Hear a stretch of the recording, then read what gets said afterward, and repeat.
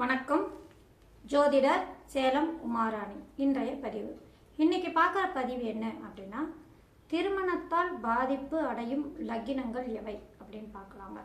அதாவது என்ன அப்படின்னா, திருமணத்துக்கு பிறகு பிரச்சனைகள் வரக்கூடிய அமைப்பு, சண்டை சச்சரவு வரக்கூடிய அமைப்பு, இருவருமே ஒற்றுமை இல்லாத, அதாவது கணவன் மனைவி ஒற்றுமை இல்லாத இருக்கக்கூடிய அமைப்பு, இந்த மாதிரி பிரச்சனைகள் அதிகமாக வரக்கூடிய லக்னங்கள் அப்படின்னு எடுத்துக்கிட்டோம்னா 2 லக்னங்கள் அதிகமாக பாதிப்பு அடையக்கூடிய வாய்ப்பு உண்டுங்க.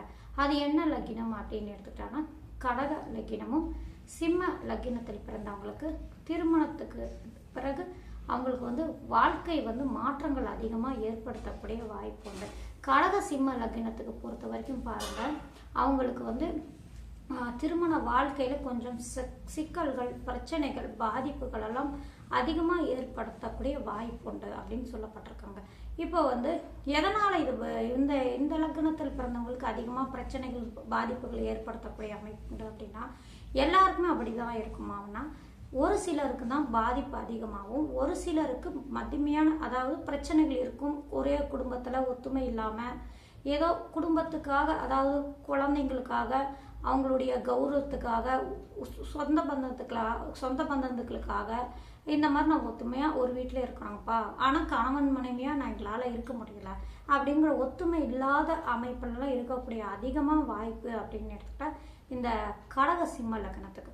ஆனால் ஒரு சிலருக்கு டைவர்ஸ் வரைக்கும் போகிறது, பிரிவினை ஆகி டைவர்ஸ் வரைக்கும் போகிறது, இந்த மாதிரி பிரச்சனை அதிகமாக கொடுக்கக்கூடிய வாய்ப்பும் இந்த லக்னத்துக்கெல்லாம் உண்டுங்க. இந்த 2 லக்னத்துக்கு என்ன காரணம் அப்படின்னு எடுத்துக்கிட்டாங்கன்னா, இந்த கடக லக்கினத்தில் பிறந்தவங்களுக்கும் சிம்ம லக்கினத்தில் பிறந்தவங்களுக்கும் 7ஆம் இடமாக வரக்கூடியது என்ன அப்படின்னு எடுத்துக்கிட்டா சனி பகவானுடைய வீடு. அதாவது என்னன்னா, இப்போ கடக லக்கினத்தில் பிறந்தவங்களுக்கு 7ஆம் இடமாக மகர ராசி வருங்க. அந்த மகர ராசிக்கு அதிபதி, 7ஆம் இடத்துக்கு அதிபதி யாரு அப்படின்னா சனி பகவான். இப்போ சந்திரன் யாரு அப்படின்னா ஒளி கிரகம், சனி பகவான் அப்படிங்கிறது இருள் கிரகம். இந்த இருவருக்குமே பகை கிரக அமைப்பாகும். அதே போல சிம்ம லக்னம் அப்படின்னு எடுத்துக்கிட்டாங்கன்னா, சிம்ம லக்னத்துக்கு அதிபதி சூரிய பகவான், சிம்ம லக்னத்துக்கு 7ஆம் இடமான கலஸ்திர ஸ்தானமான கும்ப ராசிக்கு அதிபதி சனி பகவானே ஆவார். இங்கும் ஒளி கிரகம், இருள் கிரகம் அப்படிங்கிற ஒரு அமைப்பு, பகை கிரகம் வரக்கூடிய அமைப்பு அப்படிங்கிறதுனால இதுவும் அந்த கலஸ்திரஸ்தானமான 7ஆம் இடமான அதனுடைய அதிபதி பகை கிரகம் அப்படிங்கிறது. பொதுவாக இந்த 2 லக்னத்துக்குமே பிறந்தவங்களுக்கு கணவன் மனைவி ஒற்றுமை அதிகமாக இருக்க மாட்டாங்க. சண்டை சச்சரவு, பிரச்சனைகள், பாதிப்பெல்லாம் அதிகமாக ஏற்படுத்தக்கூடிய வாய்ப்பு உண்டு அப்படின்னு சொல்லப்பட்டிருக்குங்க. இதுதான் காரணம் அப்படின்னு இன்னமும் இருக்குங்க. அதாவது என்ன அப்படின்னா, இந்த 7ஆம் இடம் கலஸ்திரஸ்தானம் பகை கிரகமாக வரக்கூடிய சனி பகவான். அதே போல ஆண் ஜாதகத்துக்கு பாருங்க, கலஸ்திர காரகரான சுக்கிர பகவானும் இங்க பிரச்சனை கொடுக்கக்கூடிய அமைப்பிலே இருக்காங்க இந்த 2 லக்னத்துக்கும். அதாவது என்ன அப்படின்னா, இப்போ கடக லக்னத்தில் பிறந்தவங்களுக்கு 7ஆம் இடம் இந்த மாதிரி சனி பகவான் வரக்கூடிய பகை கிரகம். அதே கலஸ்திர காரகனான சுக்கிர பகவான் பாருங்க யாரு அப்படின்னு எடுத்துட்டான்னா, கடக லக்னத்துக்கு 4-11ஆம் அதிபதி. கடக லக்னம் அப்படின்னு எடுத்துட்டா என்ன லக்னம்? சரலக்னம். சரலக்னத்துக்கு பாருங்க 11ஆம் இடம் பாதகஸ்தானமா வரக்கூடிய அமைப்பு. அதனுடைய அதிபதி யாரு?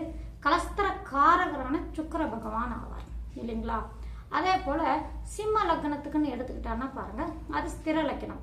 3ஆம் இடத்துக்கு அதிபதி யாரு? ஸ்திர லக்னத்துக்கு 3ஆம் இடம் மாரகஸ்தானம் இல்லைங்களா? அதனுடைய அதிபதி சுக்கிர பகவான் ஆவார்.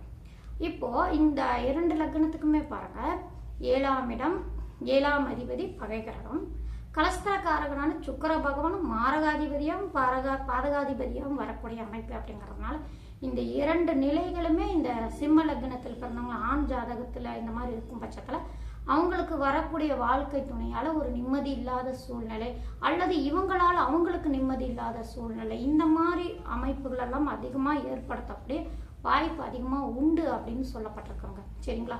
அதாவது அந்த ஸ்தானாதிபதிகள் எந்த நிலையை பொறுத்த இருக்கோ அதுக்கு பொறுத்த அளவுக்கு பிரச்சனைகள், பிரிவினைகள் கூடுதலாகவும் குறைவாகவும் அது கிரகங்கள் இருக்கக்கூடிய நிலை பொறுத்தே அவங்களுக்கு இருக்கும். சரிங்களா? இப்போ சிம்ம லக்னத்துக்கு பொறுத்த வரைக்கும், கடக லக்னத்தில் பொறுத்த வரைக்கும் இந்த மாதிரி அமைப்புங்க. இப்போ பாதிப்பு குறைவாக இருக்கு அப்படின்னா அது எந்த மாதிரி அமைப்புல இருக்கும் அப்படின்னு எடுத்துக்கிட்டாங்கன்னா, அந்த சிம்ம லக்னத்துக்கும் கடக லக்னத்துக்கும் கலஸ்திர ஸ்தானாதிபதியான 7ஆம் இடத்ததிபதி முடிந்த வரைக்கும் மறைவு ஸ்தானங்களில் இருக்கும்போது பாதிப்பு குறைவாக இருக்குங்க. அதாவது மறைவு ஸ்தானம் அப்படின்னு எடுத்துக்கிட்டாங்கன்னா 6, 8, 12ஆம் இடங்கள்ல இருக்கக்கூடிய அமைப்பில் கொஞ்சம் பாதிப்பு குறைவாக இருக்கும். அதனால கொஞ்சம் பிரச்சனைகள் குறையக்கூடிய வாய்ப்பு உண்டு. இப்போ சிம்ம லக்னம் அப்படின்னு எடுத்துட்டா சனி பகவான் 6ஆம் இடத்துல இருந்து ஆட்சி பெறக்கூடிய அமைப்பு.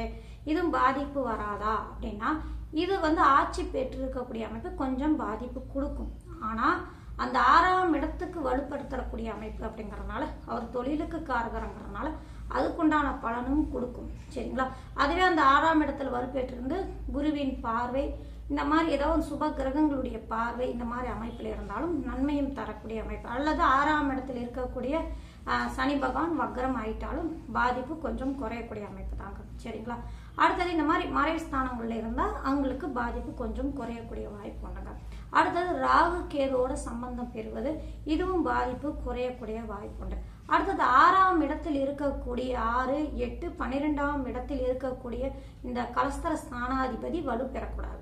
இப்போ 6, 8, 12ஆம் இடத்துல இந்த சனி பகவானான கலஸ்தர ஸ்தானாதிபதி மறைந்திருந்தாலும் பாதிப்பு தரக்கூடிய அமைப்புனா அந்த மறைவு ஸ்தானங்கள்ல வலுப்பெற்றும் இருக்கக்கூடாது. இப்போ வலுப்பெறக்கூடிய அமைப்புனா 6, 8, 12ஆம் இடத்துல இந்த சனி பகவான் கலஸ்தரக்காரனான சனி பகவான் 7ஆம் இடத்து அதிபதியான இந்த கடகம் சிம்ம லக்னத்துக்கு அதிபதியான சனி பகவான் அந்த லக்னத்துக்கு 6, 8, 12ஆம் இடத்துல மறைந்திருந்தா பிரச்சனை இல்லை. ஆனால் மறைந்திருந்து வலு அப்படின்னு நான் சொன்னேன் இல்லைங்களா, அது என்ன மாதிரி அமைப்பு அப்படின்னு எடுத்துட்டா அந்த நின்ற ஸ்தானாதிபதி ஆட்சியாகவோ உச்சமாகவோ பலம் பெற்று இருந்தாலும் அந்த சனி பகவானுக்கு வலு சேர்க்கக்கூடிய அமைப்பெல்லாம் வந்துடும். அதே போல அந்த ஸ்தானாதிபதி அந்த சனியை பார்த்தாலும் வலு சேர்க்கக்கூடிய அமைப்பெல்லாம் வந்துடும். அப்படிங்கிறதுனால இந்த மாதிரி அமைப்புல எதிலும் இல்லாம மறைவு ஸ்தானங்கள் இருந்தாலே போதுங்க, அவங்களுக்கு பாதிப்பு அதிகமாக வராது. திருமணத்துக்கு பிறகு சனி பகவானுடைய திசை நடந்தாலும் கொஞ்சம் பாதிப்பு குறைவா இருக்கும். ஆனா சனி பகவான் திசையில பிரச்சனை இருக்கும், ஆனா பாதிப்பு அதிகமா இருக்காது. சரிங்களா? இந்த சனி பகவான் பாதிப்பு தரக்கூடிய அமைப்பு அப்படின்னு இந்த கடக சிம்ம லக்னத்தை பொறுத்த வரைக்கும் சனி பகவான் ஆட்சியாகவோ உச்சமாகவோ பலம் பெற்று நின்று திசை நடந்தா கண்டிப்பா திருமணத்துக்கு பிறகு இந்த கடக லக்னத்திலும் சிம்ம லக்னத்தில் பிறந்தவங்களுக்கு கண்டிப்பா அவங்களுடைய கணவன் மனைவி இந்த மாதிரி பிரச்சனைகள் பாதிப்பு கொடுக்கக்கூடிய வாய்ப்பு உண்டு. அதே போல இந்த கடக லக்னத்துக்கு பொறுத்த வரைக்கும் பாருங்க என்ன அப்படின்னா சுக்கிர பகவானுடைய திசை நடந்தாலும் கொஞ்சம் பாதிப்பு கொடுக்கக்கூடிய வாய்ப்பு உண்டு. அதாவது மற்ற விஷயங்களுக்கு பிரச்சனை இருக்காது.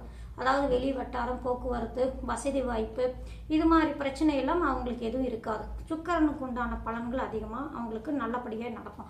ஆனால் கணவன் மனைவின்னு வரும்போது அவர் பாதகாதிபதி அப்படிங்கிற ஒரு அமைப்பில் கணவன் மனைவி ஒற்றுமை இல்லாத பிரிவினை பிரச்சனைகள் மற்றவங்களால் அவங்களுக்கு பிரச்சனை ஏற்படுத்தக்கூடிய அமைப்பு இதெல்லாம் அந்த சுக்கிர பகவானுடைய திசை நடக்கும்போது அவங்களுக்கு இந்த கடக லக்னத்தில் பிறந்தவங்களுக்கு வர்றதுக்கு வாய்ப்பு அதிகமாக உண்டுங்க.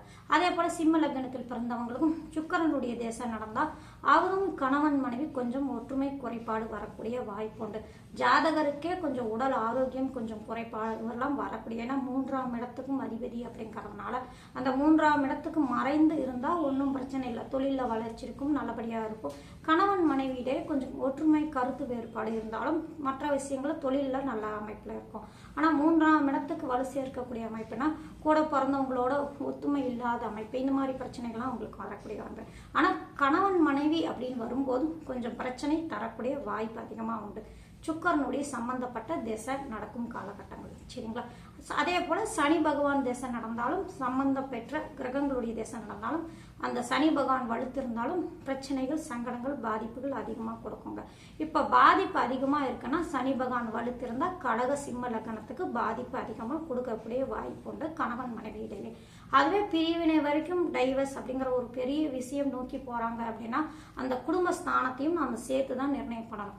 குடும்பம் அப்படிங்கும்போது அந்த குடும்ப ஸ்தானாதிபதி கேந்திர திருகோண ஸ்தானங்கள்ல ஆட்சி உச்சம் பலம் பெற்று இருந்தானா இருவருக்குமே கருத்து வேறுபாடு பிரச்சனைகள் சங்கடங்கள் பிரிவினை வரைக்கும் போனாலும் ஆனா டைவர்ஸ் இந்த மாதிரி பிரச்சனை எல்லாம் வராம அந்த திசை முடிகிற வரைக்கும் பிரிந்து வாழுவாங்க. அப்புறம் அந்த தேசம் முடிஞ்சதுக்கும் ஒன்று சேர்ந்துருவாங்க. சரிங்களா? ஆனா பிரிவினை வரைக்கும் போறாங்கன்னா அந்த லக்னத்துக்கு 2ஆம் இடமான குடும்ப ஸ்தானாதிபதியும் போய் நீச்சமாகவோ வக்ரமாகவோ அதாவது பாதிக்கப்பட்டு போய் லக்னத்துக்கு 6, 8, 12ஆம் இடங்கள்ல போய் அந்த குடும்பாதிபதியும் மறைந்து இருக்கும்போது அந்த 7ஆம் இடத்து அதிபதியான சனி பகவானும் வலுத்து ஏதாவது ஒரு விதத்துல வலுத்து இருந்தா, அதாவது 6, 8, 12ஆம் இடத்துல மறைந்திருந்தாலும் அந்த ஸ்தானாதிபதி ஆட்சி உச்சமாக இருந்தா அது அந்த சனி பகவானுக்கு வலு சேர்க்கக்கூடிய அமைப்புக. அப்படி வலுத்து இருக்கும்போது அல்லது அந்த சனி பகவான் ஆட்சியாக உச்சமாக இருக்கக்கூடிய அமைப்பு, இது எல்லாம் வலு சேர்க்கக்கூடிய அமைப்பு. அப்படிங்கிறனால இந்த கடக சிம்ம லக்னத்தில் பிறந்தவங்களுக்கு சனியுடைய திசை வலுத்து நடக்கும் பட்சத்துல கணவன் மனைவி பிரச்சனைகள், சங்கடங்கள், பிரிவினை வரைக்கும் போகக்கூடிய வாய்ப்பு உண்டு. அதுக்கு குடும்பாதிபதியும் கவனித்து நாம பார்க்கணும். அடுத்து அந்த சனி பகவான் வலுத்திருந்தாலும் சுபர்களுடைய பார்வை, அந்த லக்ன சுபர்களுடைய சேர்க்கை, இது ஏதாவது பெற்றிருக்கும் போது பிரச்சனைகள், சங்கடங்கள் வருமே தவிர அதுக்குண்டான குடும்பத்துக்குள்ளேயே இருக்குமே தவிர குடும்பத்தை விட்டு பிரச்சனை வெளியே போகாது. அதே பகை கிரகங்கள் சம்பந்தம் பெறும்போது கண்டிப்பா பிரிவினை, ஒற்றுமை இல்லாத டைவர்ஸ் வரைக்கும் போகக்கூடிய வாய்ப்பெல்லாம் அதிகமாக உண்டுங்க. இப்போ கணவன் மனைவி ஒற்றுமை குறைபாடு அப்படின்னு இருக்கிற இந்த கடக சிம்ம லக்னத்துக்கு இந்த மாதிரி சனி பகவானும் சுக்கிர பகவானும் உடைய திசா காலங்கள்ல அவங்க இருக்கக்கூடிய வலு பொறுத்து அவங்களுக்கு பிரச்சனைகள், பாதிப்புகள் அவங்களுக்கு இருந்துகிட்டே இருக்கும். அதே பிரிவினை வரைக்கும் போறாங்கன்னா குடும்பஸ்தானத்தை மெயினா பார்க்கணும். குடும்பஸ்தானாதிபதியும் பாதிக்கப்பட்டிருந்தா பிரச்சனை கைமீறும். ஆனா அந்த பாதிப்பு இருக்கக்கூடிய அமைப்புல குருவின் பார்வையோ லக்ன சுபர்களுடைய பார்வையோ ஏற்பட்டால் அதை பார்த்து அதிகமாக நம்ம பயப்பட வேண்டியது இல்லைங்க. சுபர்களுடைய பார்வை இருக்கும் பட்சத்தில் ஓரளவு மத்தியமையான பலன்கள் இருக்கும். சரிங்களா? அதிகமாக கைமீறி போகாது. இருந்தாலும் ஒரு சில அமைப்புல பிரச்சனைகள் தரக்கூடிய வாய்ப்புண்டு. சுபர்கள் பார்வை பெற்றிருந்தாலும் அது அந்த சுபர் பாதிக்காம இருக்காரா?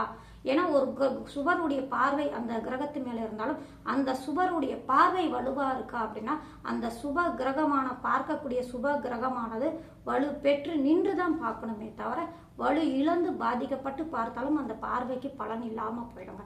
அதையும் பார்க்கணும். ஏன்னா ஒரு கிரகம் இந்த மாதிரி சுபர்களுடைய பார்வையில் இருக்கு, அதனால பிரச்சனைகள், சண்டை சச்சரவுகள் இருந்தாலும் ஒன்றும் பாதிப்பு இல்லை அப்படின்னு சொல்றாங்க அப்படின்னு நம்ம எடுத்துக்க கூடாது. சரிங்களா?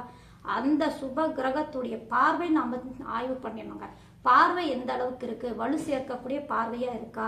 ஏன்னா சுபர்களுடைய பார்வை மறைவு ஸ்தானங்கள்ல இருக்கும் பார்த்து வக்ரம் பெற்று பார்த்தாலும் கொஞ்சம் சுபர்களுடைய பார்வையோட வித்தியாசங்கள், வேறுபாடுகள்லாம் இருக்கக்கூடிய வாய்ப்பு உண்டு. அப்படிங்கிறனால அந்த சுபர்களுடைய பார்வை வலு பெற்று பார்க்கும்போது மட்டும்தான் அந்த கிரகத்துக்கு வலு சேர்க்க, அதாவது பாதிப்புகள் குறையக்கூடிய வாய்ப்பு உண்டு. சரிங்களா?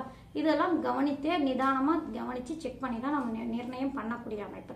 இப்போ லக்னத்துக்கு அந்த திருமணம் வாழ்க்கை அப்படின்னு வந்தா இந்த கடக சிம்ம லக்னத்துக்கு பொறுத்த வரைக்கும் திருமண வாழ்க்கையில கொஞ்சம் ஒற்றுமை குறைபாடு இருக்கக்கூடிய வாய்ப்பு அதிகமா உண்டுங்க. அந்த ஸ்தானாதிபதி இருக்கக்கூடிய நிலையை பொறுத்தே. சரிங்களா? நன்றி, வணக்கம்.